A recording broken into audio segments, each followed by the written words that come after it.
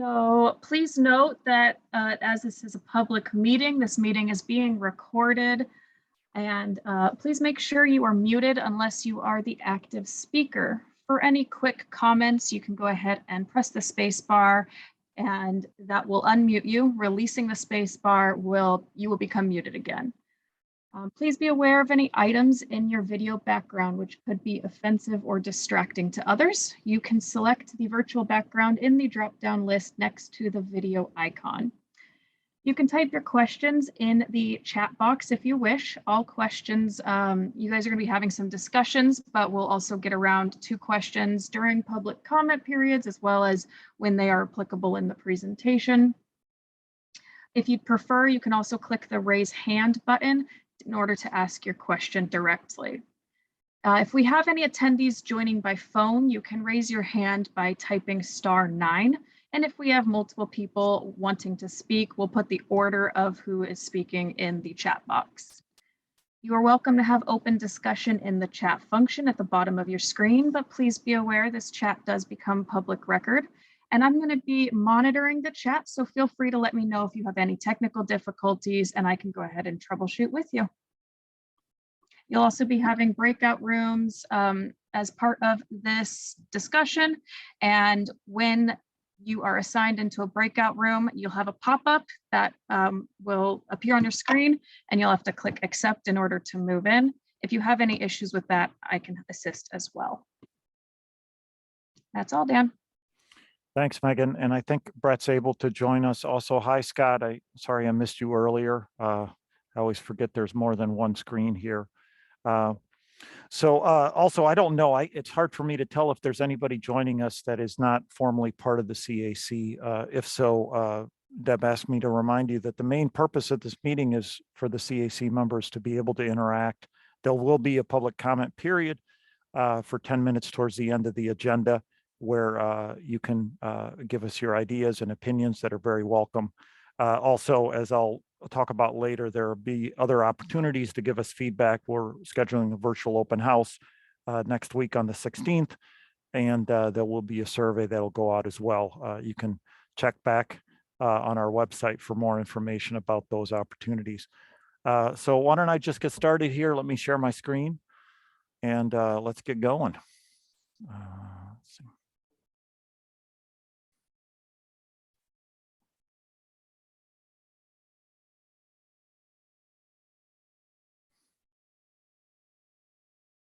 Thanks for the patience. All right, let me move this over here. All right, so let's just go through the agenda real quick. We've done our introductions. Number 2 and number 3 fall to me. I want to give you guys an update of where we are with the project. You know, it's been a little bit of time, and then the context for this meeting. And then I'll go into presenting the design alternatives for the loop. And after that, we'll give you guys a little break. After that, we'll be breaking into 3 breakout sessions. The idea of this is to really give each person more time to ask questions, to be heard, to discuss things. After that, we'll have a report out period. And at the end, some public comment, and then I'll go into the next steps after that. So let's get going. And I did want to say, we scheduled this meeting for 3 hours. Thank you for still signing up to do it.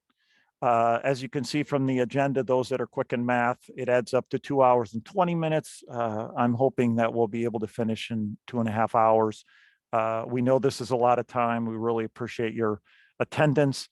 You know, we felt that we really needed this time to give you guys enough opportunity to give us some feedback and also to really understand the details of what's being presented. So it just, I think it needed to happen. So thank you for your understanding on that.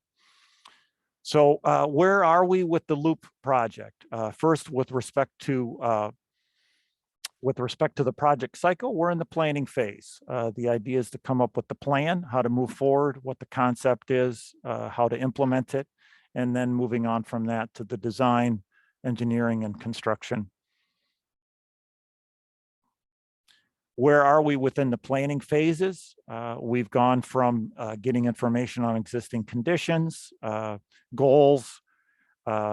We've developed some preliminary design alternatives, which we've refined internally, meaning talking to people here at the city and partner agencies. And we are presenting today these refined design alternatives to you, and we'll use your feedback to develop the preferred alternative on the way to developing the plan and hopefully getting it adopted. So let's start from the very beginning here with the project. This is the Beaverton Downtown Loop project. Our vision, which is guiding this project, is a more vibrant downtown. How this project hopes to contribute to that vision is its mission to establish a strong connection between Old Town and Beaverton Central by prioritizing people walking, biking, and taking transit, and doing this prioritization by reimagining the streets and the sidewalks. As you know, engagement is an important part of what we're doing. It is intermingled completely with our technical work. We've had focused and broad reach activities of engagement so far. Here's a list of them. What we've heard so far from engagement, we've heard a lot. Here are some summary of it. You know, the route on the loop is not interesting. Crossing major intersections is scary. It feels unsafe and uncomfortable for persons with disabilities. Driving conditions make it unsafe. It's not a safe place even for confident and strong bicyclists. We've also heard from you guys, building a pedestrian bridge to cross Canyon in Farmington. So let's talk about that last one. We have heard from you guys about pedestrian bridges. I'd like to remind you of what we presented as part of that discussion to you guys previously. So you can see in this picture here, pedestrian and bicycle overcrossings these days are used to cross significant barriers, basically barriers that you otherwise couldn't get over, like train tracks and freeways. So they're designed for accessibility, as you can see, multimodal, and they come at significant cost. These are solutions to really a different problem. So what we are going to focus in this presentation at the intersections is a street level solution, an intersection where the solution is there are frequent, clear, and safe ways of crossing the intersections for everybody. This involves making decisions with respect to how dividing up space, and then the function of that space that you're dividing.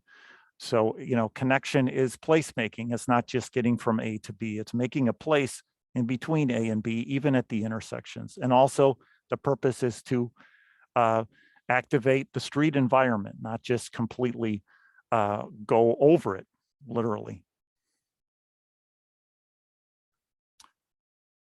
Some upcoming community engagement. You guys are helping us kick off really our biggest month. Other things coming up, again, to get feedback on the design alternatives. We'll have a virtual open house on Wednesday, February 16th. We'll have a survey online to give people's feedback as well. We'll have some focus groups, one with persons with disabilities and another one with the business community. And then we'll keep updating you via the website. This is probably the most important slide that we have in this presentation. Well, maybe not more important than the design alternatives, because we can't do much without those. But really, your role is to give us some honest, open input. That's what we'd like to hear. Our role is to facilitate understanding what you value, getting that input about what you value, what concerns you about what you're seeing. The expectation shouldn't be that everybody's going to have the same perspective. You know, our goal is not to get consensus or complete agreement on everything. Our goal is to hear from you guys in a fashion that's going to give us some feedback, some robust feedback, so we can confidently make a decision on the preferred alternative. After everything that we get this month, we're going to come together and we're going to say, okay, what have we heard? How can we use this to come up with the preferred alternative? I'd like to open it up now just for some questions after hearing about the project, where we are in the project, what the purpose of this meeting is. Does anybody have any need for clarification or some questions or concerns about that? And please go ahead and speak up. I can't necessarily see everybody. And Gene, I don't know, this is an opportunity as well, if you'd like to add anything at this point in terms of, where we are. Yeah, no, thanks, Dan. I think that was a helpful overview. I'm just looking to see if anyone is raising their hand, either Thank you. virtual or Oh, actual. Tom, I see Tom. something from Tom. I always have to. Is it from you or from Ernest? Unfortunately, Ernest is off being busy and eating cheese, so you're left with only my silly questions. I know this is still early, relatively in the process. Previously, there had been some discussion about budget and the magnitude of budget, and the question I have is, at this state of your planning, are you planning without regards to a budgetary constraint, or do you have a magnitude on what's possible? I know we've gotten some information from our current mayor about things like what would be required to, for example, change the street grade crossings of the railroad in order to let them proceed without without sounding at their whistle at everything. And it's a big number. And I'm just wondering if what role budget is playing at this point. That's a good question, Tom. I'll answer quickly, and I'm sure Gene can give us some clarification. The mandate of this project is really to significantly improve the environment for pedestrians, bicyclists, and people using transit downtown as a way to unite the downtown. We feel that the alternatives that we've presented all meet that goal in terms of improving things significantly. And at this point, in my personal perspective, I'm really just looking at, what's your guys' reaction is to what we're presenting. So I'm not really thinking about budget. Yes, we have looked at budget. There are some feasibility issues in terms of, what a city like Beaverton, can afford and what they can't afford. But, right now we feel that the design alternatives that we're presenting really meet the project goals and are attainable from a budget point of view. Of course, we don't have full funding for the project yet. That is a big job that we're working towards. But certainly having a really well thought through plan and a well supported plan is going to help us regardless of what the exact budget level is. Gene, I don't know if you wanted to add anything. Yeah, no, it's a good question. I wouldn't say we're doing this without regard to sort of budgetary thought, but really we actually don't have any funds yet for construction. We have some funds available through the Beaverton Urban Redevelopment Agency 5-year action plan, but that's money we want to use to leverage other funding. So we are looking with a lot of anticipation around the bipartisan infrastructure law and resources that will be available to jurisdictions just like Beaverton as a potential source of funding. But I'll say this, it's a big project. This is a tens of millions of dollar project. It's likely that we will build it in phases over time. It could take us 10 years or more to go the whole, all of the way through. When we get to this next step with a preferred alternative, another piece of work for us as a team is an implementation strategy. And we're going to want to hear from all of you about where should we prioritize first, and have a conversation around that to help us be trued up with the community about where, given money coming in, where should we invest that first? Where's going to have the impact that we need to see right away? And then think about how do later phases of the project roll out so that we've got direction, city council has direction, and a path forward. So it's an expensive project.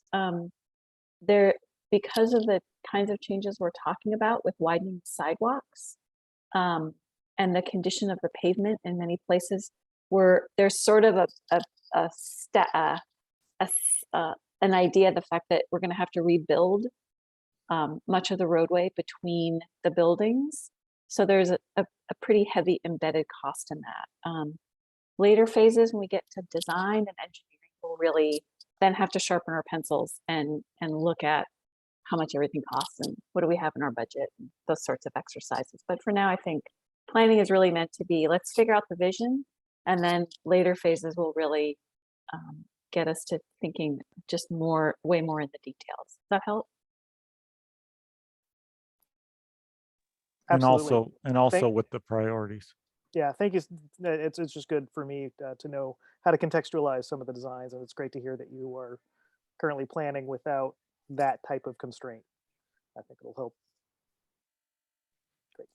Okay, is there another question? I'm getting a little worried about time here, but if there is one, maybe we can answer that briefly. Do you see any, Jean? I see no more hands. Okay. Okay. All right. Thank you, guys.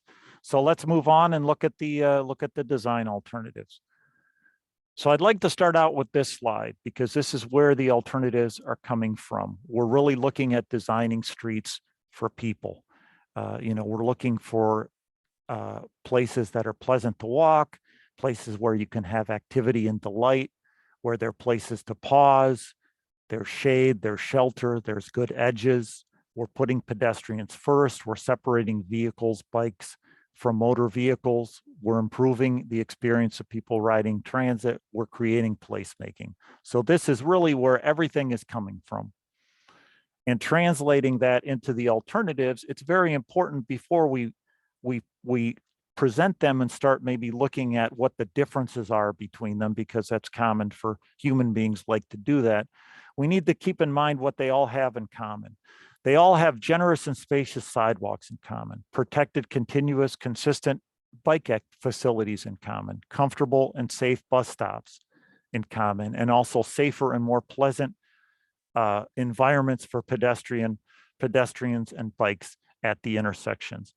These design alternatives represent a big vision, but the flip side of that is there's tough decisions that need to be made and significant trade-offs that need to be considered, including those involving right-of-way and parking, for example. So this is where, getting your feedback really helps us making those decisions and really understanding in the most accurate way, meaning the way that they are experienced by our citizens, how the trade-offs really are. I'm going to be presenting the design alternatives with this structure. First, I'll be presenting in general what the alternatives are, looking through a series of cross sections, and then we're going to focus in on pedestrian facilities, more bike facilities, transit facilities, and intersections. So first, just looking at the general design alternatives, there are 3 of them, but first let's just look at, the existing roadway. Here's the cross section, 9-foot sidewalks. And again, these vary up and down Holland Watson, sometimes even mid-block, but in general, within the 60-foot right-of-way, sometimes you have the painted bike lanes, you have 2 travel lanes and 2 parking lanes. The first alternative that we're looking at is having 12-foot sidewalks, a protected bike facility of some kind. Here we're showing one with a raised curve, 2 travel lanes, and 1 parking lane. The second alternative is looking at 15-foot sidewalks. Again, the same 7 or 8 feet for the protected bike facility, the same travel lanes, but no parking. So that extra couple feet for sidewalk means that you can have more going on within that sidewalk area. As we talk about the pedestrian facilities, we'll introduce a little bit more the idea that, there are different zones to a sidewalk, and within those zones, different things are possible, meaning a wider sidewalk can mean different things for different people in terms of what the advantage is. The third alternative is unlike the others, which are symmetrical, this is asymmetrical. So what we're looking at here is having one side of the cross section being 18 feet wide and the other 12 feet wide. Again, the same bike lane, the same 2 travel lanes, the same lack of parking. And I think the concept here is really kind of a promenade type concept, where you could have a sidewalk that is significantly wider. Again, different possibilities in each of the different parts of the sidewalk. And then the other sidewalk would still be something that would be a significant upgrade from where we are now. Just to give you guys an idea, when we talk about inside loop or outside loop, inside loop, we're talking about between Hall and Watson. Outside would be east of Hall or west of Watson. Rachel, do you have a quick clarification question? I do. Okay. For these proposals, is it for the whole loop or specific parts of the loop? That's a good question. So I'll probably be actually, let me go to the next slide because I think you've previewed that rather well. Gene, I think we know what we're doing a little bit. So one of the things that we did is we came up with these cross sections. There'll be some other street views to sort of look at the different alternatives. But what we did is also we spent a lot of time doing plan drawings, which are drawings that you look down onto for each of these alternatives for the extent of Hall and Watson throughout the downtown. So how would these fit? How would they fit in with existing buildings, existing lanes? And what we've realized, and it didn't take long and it wasn't much of a surprise, is that the opportunities and constraints, they vary by location. So it's very likely, there are different choices to make and different trade-offs to consider at each of the locations. So it's very likely that when we're talking about a preferred alternative, the preferred alternative is probably going to be an application of a different one of these cross sections at different locations along the loop, according to some criteria. And this is an area where we could use your help in terms of what criteria should we use when we're trying to come up for that preferred alternative. Thank you for the question, Rachel. So let's go move on and let's talk about the sidewalks. Again, the sidewalks for all alternatives, the idea is that they would be gracious and spacious. They would allow space for groups walking together and passing each other, allow for more interaction between what's going on inside the building and what's going on the sidewalks, and then places for people to gather. Here's some examples of the use of sidewalk space. I think it's a little hard sometimes to think, oh, well, what's the difference between 6 feet or 8 feet in terms of a sidewalk space? Here's an example that kind of gives you an idea just with respect to applying those additional 2 feet for just people walking back and forth. So you see the difference is mainly, the difference is 2 people walking back and forth, crossing each other, or 3 people. So you get an idea of sort of the different types of function. So let's look at each of the alternatives of the pedestrian facilities, more from a street view, more from the perspective of the users. So here's alternative A. Again, this is the one with 12-foot sidewalks on both sides. It would have parking on one of the sides. Again, that could vary depending on where you are in the loop. So what we've done here is we've divided up the sidewalk in a traditional way for transportation planning into different zones. The purpose is not to get too technical, but to give you an idea of the possibilities of the use of different parts of the sidewalk. So the zone nearest, the part of the sidewalk nearest to the street, is commonly called the furnishing zone. That is commonly where there's plantings, there are trees. After that comes the through zone, where it's people walking back and forth, and then the zone right up against the building is called the frontage zone. And that's an area where you can have signage, you can have retail displays, you can have restaurant seating, for example. And again, it's, there is not like you're going to see painted lines on the sidewalk here. It's just to give you an idea of what these parts of the sidewalk are commonly used for. So again, this is the 12-foot sidewalk alternative. And you see, the frontage, it allows for a frontage zone where you could have maybe some bench seating or some signage or retail displays. The pedestrian through zone would be, along where 2 people could walk side by side or 1 person crossing each other. This is alternative A with the 12 feet. Alternative B, you get the additional 3 feet. Now you could do different things with that. In this drawing, just to give you an example, we're looking at a wider through zone where you'd have, 3 people being able to use one way or the other the through zone. The frontage zone, you could have a little bit more happening here. As an example, you see like a 1 or 2 seated table there. So that gives you a little better idea of what that could be used for. The third alternative, again, is the non-symmetrical one. So on one side, you'd have the 12-foot, which is 12-foot sidewalk, which we explained under alternative A.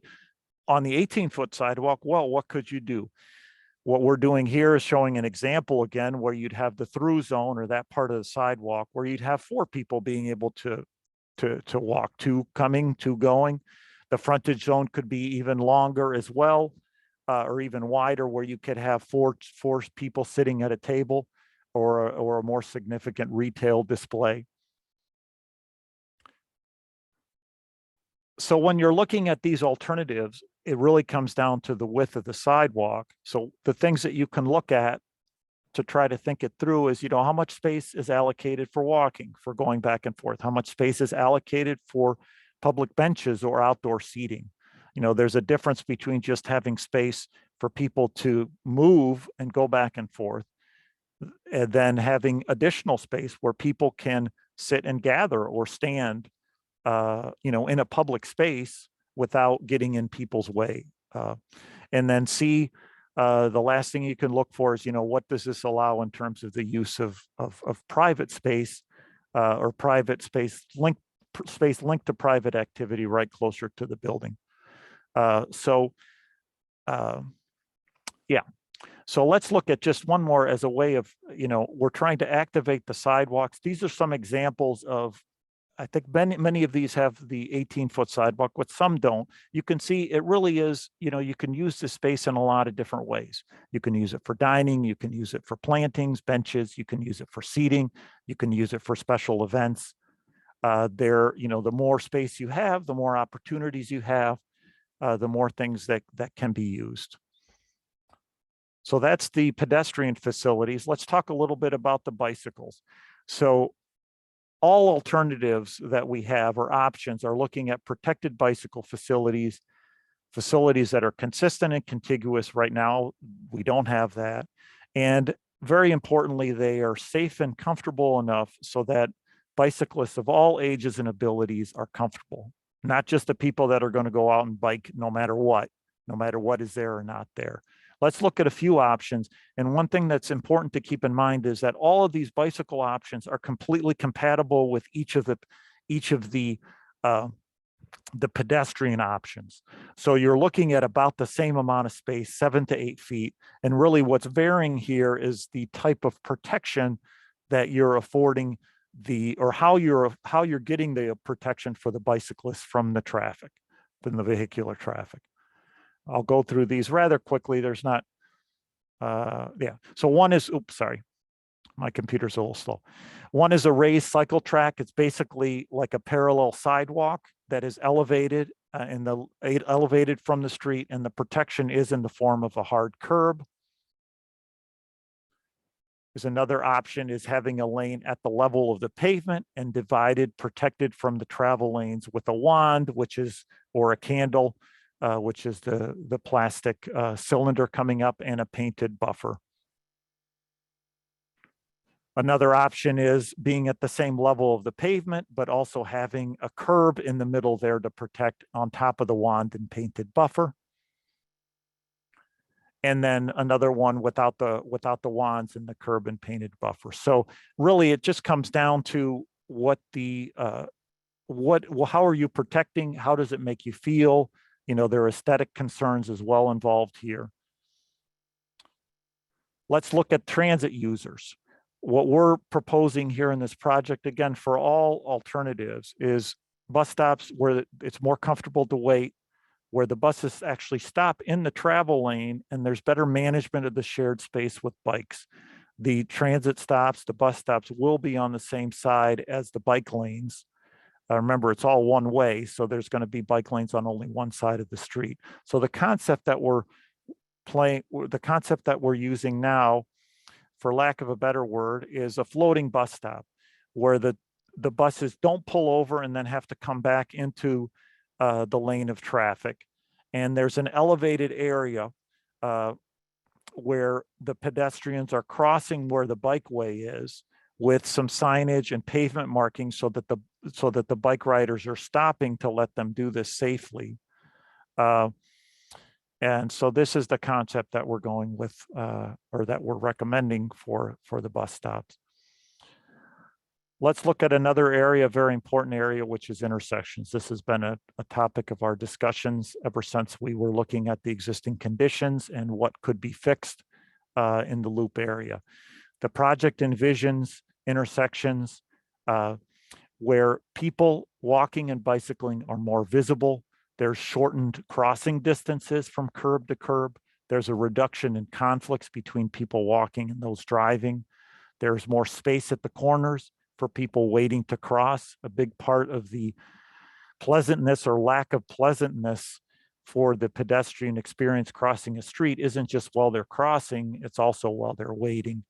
And then also there's a component here of leveraging modern signal technology to be able to give more priority to people walking and biking.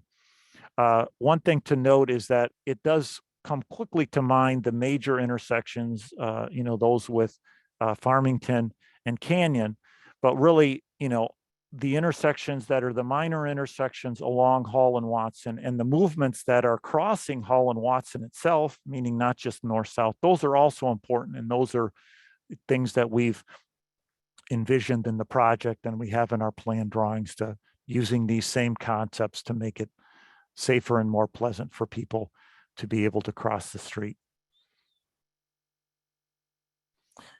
As an example, let's look at Watson and Canyon, the intersection, and look at just how the difference of carrying through any of these cross sections, carrying them through an intersection, significantly improves the experience, even without anything else. You have more pleasant places to wait on the curb. It seems like you're more welcome there. You see the spaces crossing the streets that are just for you as either a pedestrian or bicyclist. So there's a lot that can be done in terms of improving this experience. Here's another example. Looking down as a plan drawing, this is Holland Canyon. So you see on the one side the existing conditions and the width of the sidewalks, and on the other what the sidewalks would be under. This would be alternatives B and C, so this would be 15-foot sidewalks. It seems like an easier and more possible and pleasant intersection to cross.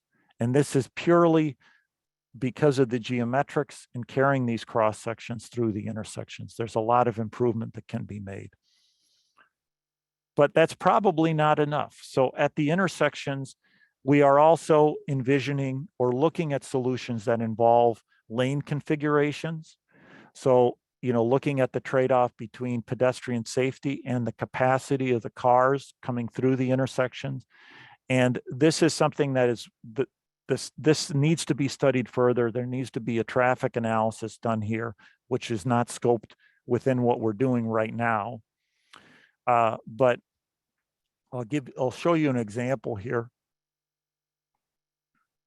Let's look at Watson and Canyon again here. Mainly when we're talking about lane configuration, we're talking about the number of turn lanes or the number of lanes you can turn from.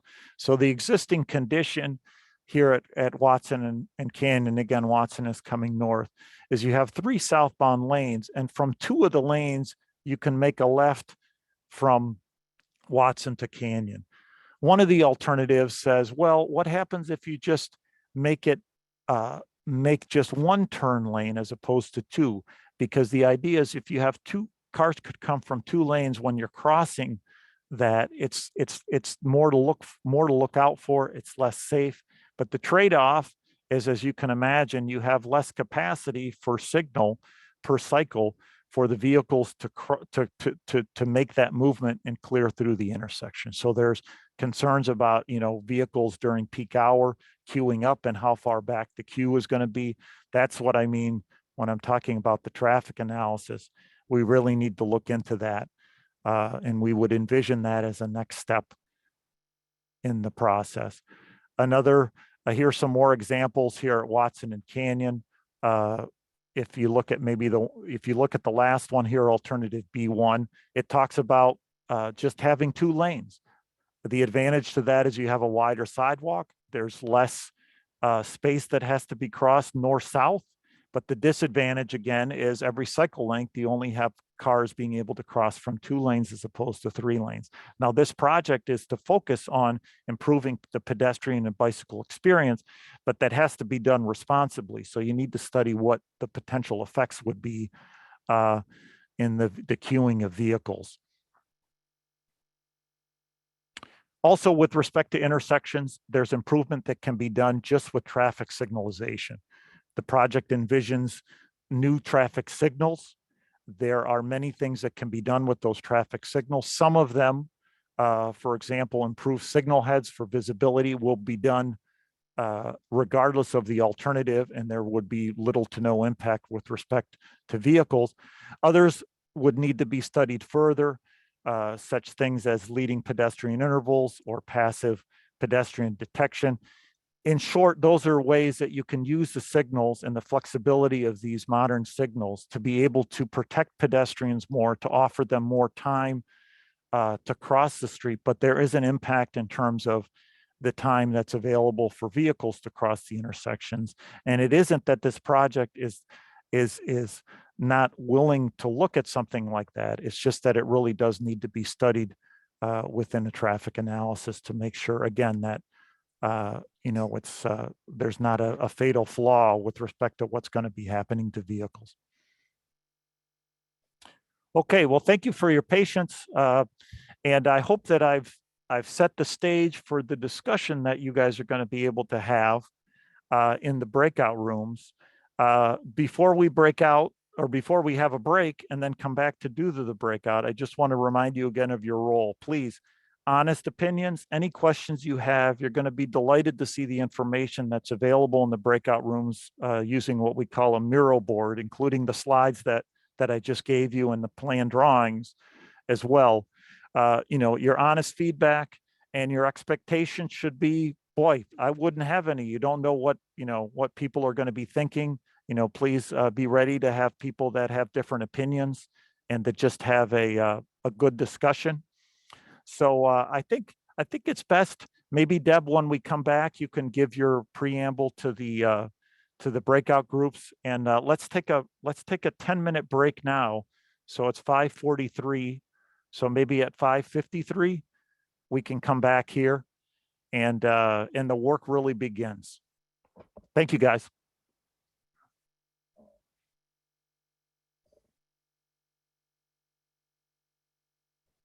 Great. Thank you, Megan. So we are all going to go into breakout rooms, as we often do in these meetings. They'll be a little bit different. We have 3 rooms, and each room will have 3 different team members in there. We have a facilitator in each. We have someone who will be recording, note-taking. They'll also be in charge of reporting out some of the key points, and I'll get to that in just a second. And then we have we have folks sort of running illustrations and able to zoom in on the different design options that Dan just ran through. So if you have questions, you want to talk about something specific, they can navigate each of the rooms in there. So be prepared for that. If you have questions, because there are design experts in each of the rooms, if you have questions about what Dan just presented, or just kind of curious what's happening, just speak up and we'll get those answered as much as we can. If we can't answer them tonight, we'll get something in writing following the meeting. So we have 45 minutes in each room, and we have a lot to talk about, as you probably have guessed. A couple of things to keep in mind. This is sort of your initial take on what you've seen so far, and it's kind of a gut reaction. We do want you to be open and honest and really help sort of check us on some of these alternatives, and make sure we're understanding your needs and your community's needs to the greatest extent possible.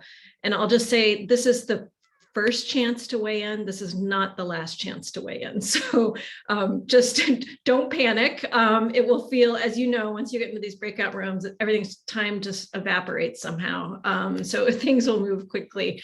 We do have some structure. We'd like for sure to get through going over each of those sort of alternatives with the different sidewalk widths. If there's additional time in your rooms, we have other questions about other specific elements, but we really want to make sure we get to that super important piece about the structure of the loop.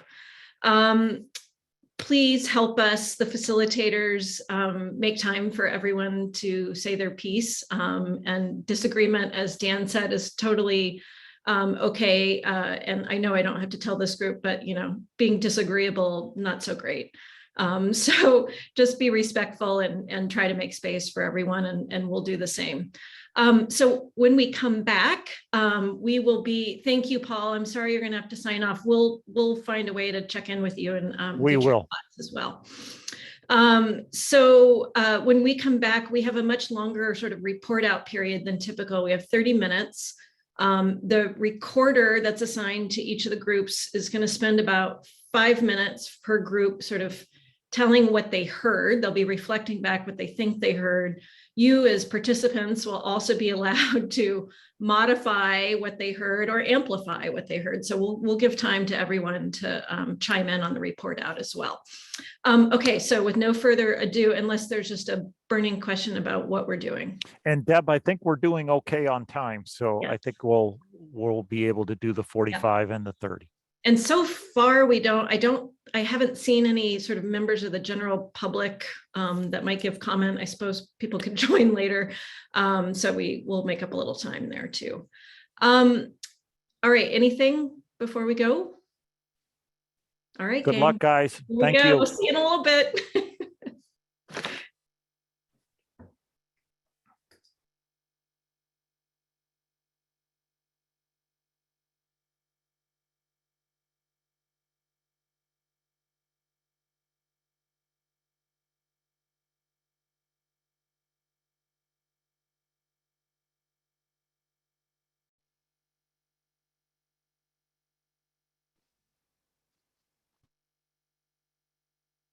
Welcome back, everyone.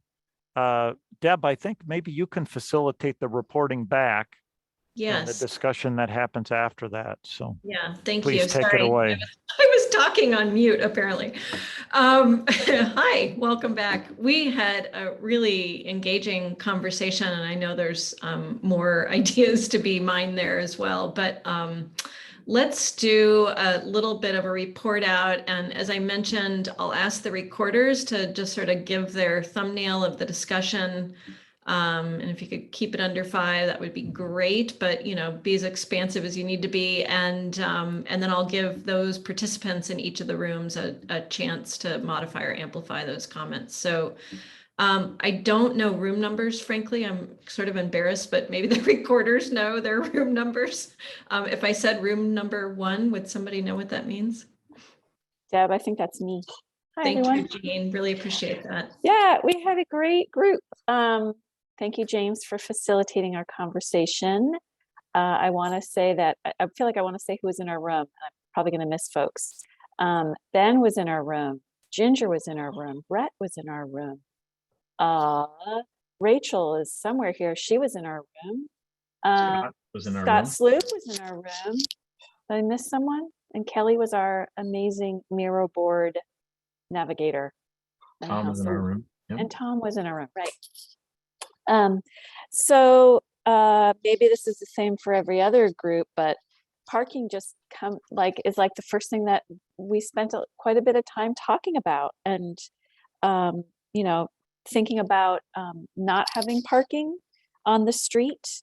I won't say who. Someone said that sounded terrifying. Others said they were there to advocate for as much sidewalk as possible. And so we had that whole range of opinions across all of the cross sections. We also had a discussion around being able to provide parking, not having on-street parking, but making also the downtown more walkable and having maybe parking more centralized. And that when you do have a place that's more comfortable for people walking, you start to get that range of ages, right? So someone in our group talked about having young people and old people in their home, and a place where you can be a little slower is much more comfortable. And then we also, it was interesting, someone talked about the different cross sections almost as a toolbox, and they could see how we've got different tools to apply. We had some interesting conversation about where some of those cross sections might work well with retail and restaurants, where we don't have retail and restaurants. And again, kind of where that parking as a commodity starts to come in. We heard some interest about really listening to sort of the individual businesses and what their needs are, but also saw that how those wider sidewalks can encourage more retail at the same time. Let's see, someone else talked about sort of how design can drive behavior. And the example here was, if I can take my bike to go do my trip downtown, that leaves my car at home so that that parking spot is open for someone else who is driving to the downtown. So that was a really interesting way to think about all of the sort of the valuable asset that we have within the roadway. Again, proximity to front door came up. We had, it was nice, we had Ben in our room, and we often, somehow we talked a lot about going to get coffee. And Ben was very gracious, and he appreciates his support for Lionheart Coffee. And you know, as we went through those alternatives, Ben, who I think in our group we look to just because he is a retail business owner, he saw the advantages kind of grow and change as we went from A to B to C. And he really, you know, he was really thinking about sort of the need to build for the future, and not just think about what's there today on the street, but build for a new way to experience downtown. And that's what that's the mindset that he was really advocating for. Oh gosh, just looking to see what else. Also, I'm going to give this one credit to Tom, because Tom was the one who said, you know, all of these options have increased our pedestrian facilities. This is a great problem to have between A, B, and C. You know, there's great reasons for each one of those to appear on the street. And then at the same time, again, with those three cross sections, even with C, maybe there are places where that just seems sort of, it seems luxurious and wonderful, but are there places where that would be too much extra space? So I think being thoughtful about that. And then Ginger was there to remind us all that the Reeser, our new performing arts center, is opening very soon. And, you know, like that may really start to change people's perceptions as they're going to events there and wanting to access more in downtown. So I'm going to stop there. I said a lot of things kind of all over the place, but team, did I miss anything? Is there anything you'd want to make sure everyone else hears that I forgot? Okay. Thumbs up even. Very good. Thank you. Okay, great. Thank you. Thank you. How about team 2, who I think might be Dan, or room 2 rather? Yeah, it is. Great job, Jean. Thanks for making it difficult for me to follow your act. We also had a lot of good comments, and I'm going to do my best to capture them. This was Michael, Lindsay, Francisca did a great job of facilitating. Paige, Jefferson was picked on a lot to answer when we had any moment of silence, and he did a great job coming up with stuff. And let's see who else was, I think, and Ruben was also there. So thank you guys for the great discussion. And please, I will not be offended if I miss something and you correct me, or if I didn't capture things. So Lindsay was talking about, you know, initially we were talking about sort of what stands out. Lindsay said, you know, what stands out for her about the 12-foot sidewalk solution was it seems like a good compromise. You don't necessarily lose the parking. Jefferson really likes the symmetrical aspect of both the 12-foot and the 15-foot solutions. Paul said something very interesting, which was he is prone to support the wider sidewalks, the 15-foot sidewalks, but you know, he brought up parking and really his opinion was really before being able to fully support that, he'd really need to know what's going to happen with the parking, you know, what the situation with the parking would, you know, what would be the implications there. You know, an interesting idea that came up as well, I think, Paul, you said this as well, is in terms of locating benches or areas where people can gather, to do that in between the trees, where you would still allow, it wouldn't get in the way of people going through on the sidewalks.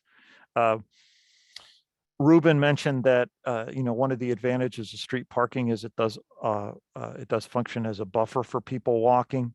You know, we had some discussions, which I thought were great, because you look at the cross sections and it's hard for you to, you know, you lose a little bit of the fact that people don't get to their origin, from their origin to their destination, just going straight along a cross section. You know, they have to make turns. So there were, you know, some concerns about, you know, the bike lane making left turns for vehicles difficult, and then, you know, just making left turns from the bike lane itself, which I think that are definitely things that we have to look into. There was a proposition of narrowing the lanes to 10 feet as a measure of, you know, making cars go even slower. Let's see. Kathleen spoke about alternative B with the wider area for trees as a nice buffer, kind of akin to what Ruben said about the parked cars. She also liked the 15-foot sidewalk as opposed to the 12-foot sidewalk, because as she gets around with her wheelchair, if she's meeting someone on the sidewalk, she kind of has to dip in between the trees. And she's saying that, which was nice to hear, often when she's going up and down the loop in the morning, there are a good amount of people using the sidewalks. Let's see, in terms of areas, you know, for option B, where parking would be removed, there was a comment that might be best between Farmington and First on Watson, because that's just a lot of area where there are accidents and there's a lot of stopping of vehicles, just a lot of movement. In terms of valuing alternative A, you know, Ruben said the 12 feet seems generous enough. You know, a concern was, you know, we're only, you know, this is an opportunity that we have to make improvements. And if we don't sort of go a little more ambitious, that we might regret it. Concern about the 12-foot sidewalks, again, from Kathleen, was it's a little restrictive to wheelchairs. You know, Michael mentioned something about the parking lane not being there, is that it lowers the crossing distance for people crossing the street from one side to the other. And then the parking lane also, it is a buffer, but at the same time, it limits the visibility of people trying to cross the street.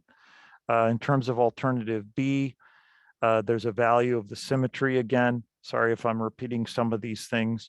A value of the sidewalk where you can cross people and sort of have your own space. Paige mentioned the fact that, you know, there's more space for her baby in her stroller. Paige, I can tell you, as someone that has a child that doesn't like to stay in his stroller now, you even need even more space if you don't have the stroller, because he will go everywhere. There was a comment of like, hey, you know, if we like wide sidewalks, you know, let's just go for the 18 feet. But again, there was a theme about the fact that symmetry was challenging in terms of making it fair, you know, what side you would give to the 18 feet. Let's see, Paul mentioned, you know, the PR center again, a lot of foot traffic, and, you know, he likes what we're doing with the intersection there at Watson and Canyon as a way to, you know, get people to walk south. You know, we had some discussions about locations where it would be best to keep parking and not Farmington or Watson, between Farmington and First, no parking. On the other side of that as well, Hall between 3rd and 5th. Ruben again highlighted something that is important, which is you got to be able to cross the street. He sees a lot of people crossing the street there, and that's an area where having a little less width to have to overcome would be good. Let's see. We also talked about, maybe having, if we're going to do the asymmetrical, it might be easier north of Milliken where there's not a lot of existing businesses right now as sort of an opportunity. And then lastly, Lindsay spoke about alternative B during that time as, this is the one that probably fits best all over. And then there was some discussion about, having a bike lane on both sides as kind of a buffer.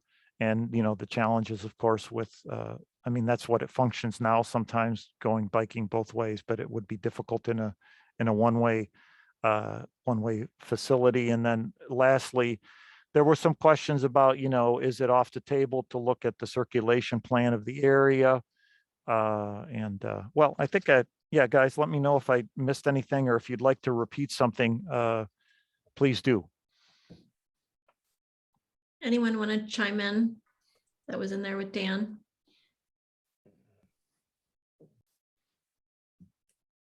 All right, thorough job.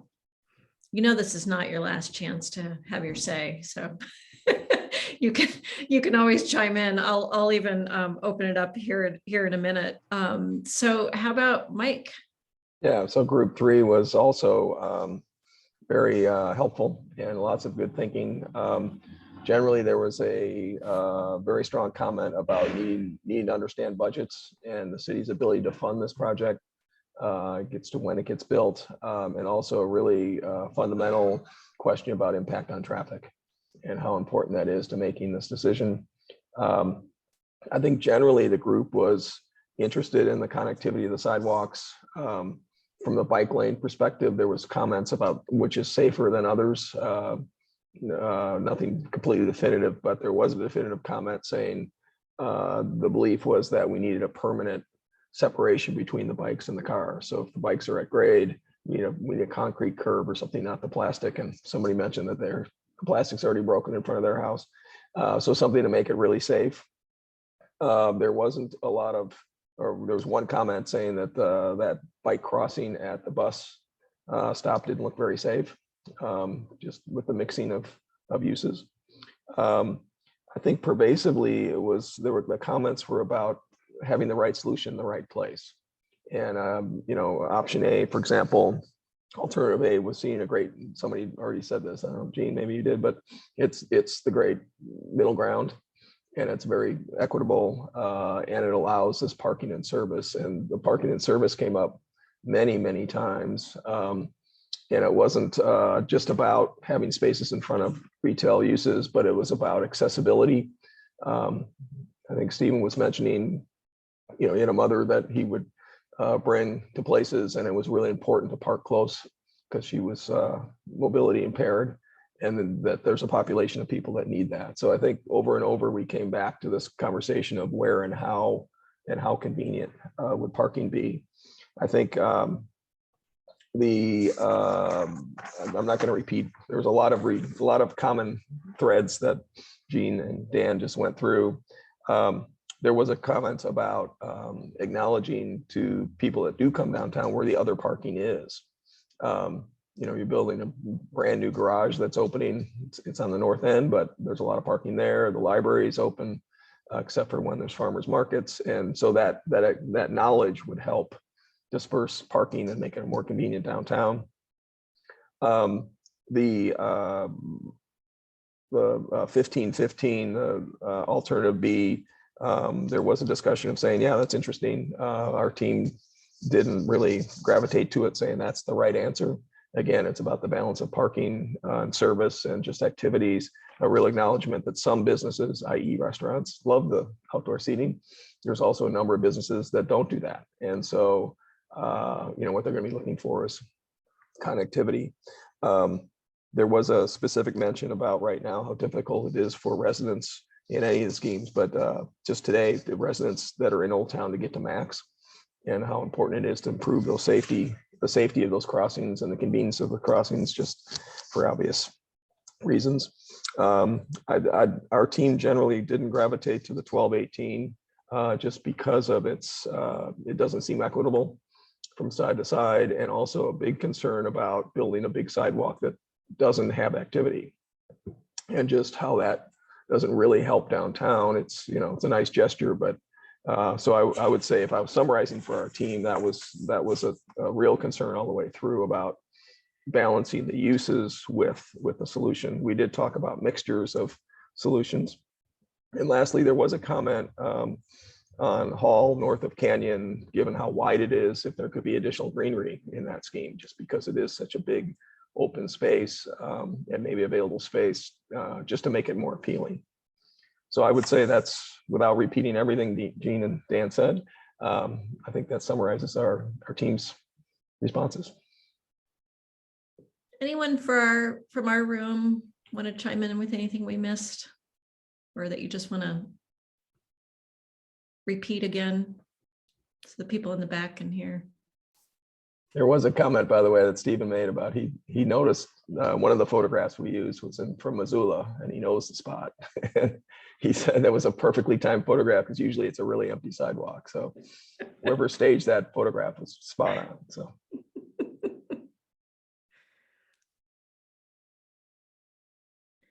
Well, we are just about to conclude the meeting, and we have a little extra time. I confirmed with Megan that there's no members of the public here, so we don't need that time for comment, but I would totally welcome your time for comments and anything else you want to tell us about your impressions of the design options to date, any specific things that you just thought about as you were hearing the report out. If you could use the raise hand function or wave your hand, then I can see you. But does anyone just want to share with your fellow CAC members?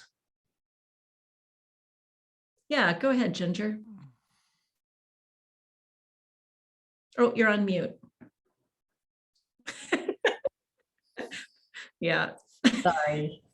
I just wanted to say also, as we think about this, you know, I'm old enough to remember when the library was built and having to move the market, you know, when the library was built and then the parking lot was built and having to move all around to accommodate all of this kind of stuff. You know, the construction process in all of this, depending on how long it takes, is going to be disruptive. And depending on how long it takes to rip up sidewalks and close off streets and whatever else may need to be involved, you know, I think that there needs to be some sensitivity to how this will impact businesses if the, you know, the street is closed in front of them and the sidewalk is ripped up, and, you know, that's very stressful. So this whole process, once it's done, may be incredibly wonderful, but I think it's important to really have, you know, have a realistic idea of the impact it's going to have on the community while it's taking place. Yep, really fair point. It will be very impactful during construction. Thank you. I just want to acknowledge, Rachel, before you go, we've got the comments in the chat, and maybe this is what you want to touch on too. So I welcome that. And then also comment about need to think about bike parking. But go ahead, Rachel. Yeah, I just wanted to say a little bit more about those intersections. Like, I feel I'm excited to hear more about what we can do at those intersections. It's maybe good that Dan shot down the idea of the pedestrian crossing early, just because, like, in my mind, like, those crossings just have felt so precarious at times. Like, I used to walk them every day when I worked in downtown Portland, and, you know, it's loud. I see people running reds, or, like, you know, crossing those like twice a day, like maybe once a week. Yeah, so I just feel like I'm excited to hear more about what is possible to do at those intersections. And I love the idea of these sidewalks. And I think like increasing the sidewalk area to weight will definitely help. But I still have concerns that we're making parts of the loop better, a much better experience, but I don't fully understand how we're actually like connecting the full loop if we don't solve the box. Okay, thank you. I see lots of heads nodding. Yeah, Kira, go ahead. Yeah, what's the loop if you can't get from one end of the loop to the other is kind of my constant refrain here. And in terms of looking at this like as a 10-year development window, I would imagine that part of the funding mechanism will be developers and business owners who are improving their building or doing something else in that area will be tasked with building sections of the sidewalk. And so that takes time. In the meantime, I still think there's issues with walking on the existing sidewalks in the evening when it's dark. There's just a lot of issues that I think need to be addressed quicker than this like long-term plan. And so I would encourage thinking about that in high pedestrian areas. Great point, Kara. Thank you for that. Also seeing a lot of nodding heads on that. Anyone else care to make any comments here? We will gather again next month too and talk about these things more. Okay, I think we might be ready to wrap it up then. Dan, are you bringing us on home? I think so. Thank you, guys. I'm sure it's been a long day for you. It's certainly been a long day for me. Thank you for bringing a lot of energy and a lot of discussion and just a lot of ideas and, being honest with us about what you've seen and then what you'd like to see in terms of information. We have a lot of very helpful stuff. In closing, I'd just like to remind you, what else we're doing as we're reaching out to people this whole month. Jean and I will be visiting various boards and commissions. We'll see some of you guys during that. We'll have a virtual open house on the 16th. We'll have a survey on the website. You're welcome to attend either one of those or to fill out the survey. And then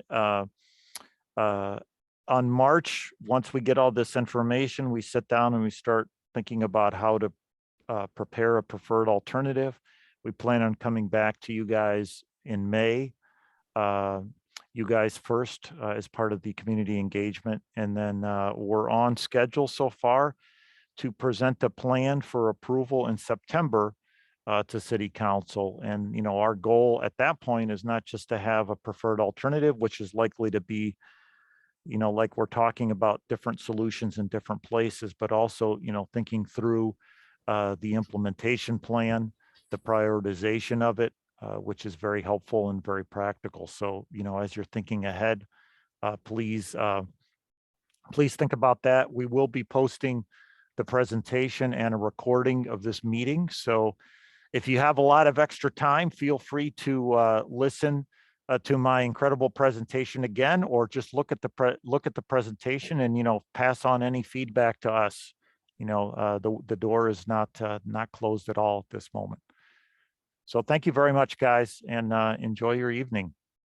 And I'll just, sorry, Dan, really quickly, go ahead, Deb, sorry. Please share the survey that will be about design options on the website. I don't know that it's posted yet, but it should be posted by tomorrow, I think, or something like that. It'll be posted likely next week, Deb. We're Okay, fine-tuning it to make sure we get some good feedback. Awesome. So we'll make sure you all get a link to that, but I'd say share it with your customers, share it with your neighbors. Scott, I see you here. If you want to share it with some of the students, it would be amazing to hear from some of the high school students who use the area. So we encourage you. We'll make sure you get a link to the survey when it's live, and really look forward to hearing other comments. All right. That's and it. Also, as a reminder, if you're not a member of the CAC, please stay so we can do a quick debrief ourselves as project team. Thank you, guys. Really quick, there was one last question. Lindsay just wanted to know when the traffic study is anticipated to happen. Well, that would be a next step after the first step is having some kind of a plan approved by City Council, hopefully in September. A wider traffic analysis would need to be done as part of next steps for this project. So it's to be determined right now, but it would be one of the first next steps. Great, thanks, Dan. Thank you, Lindsay. Thanks. Okay, we're really letting you go this time.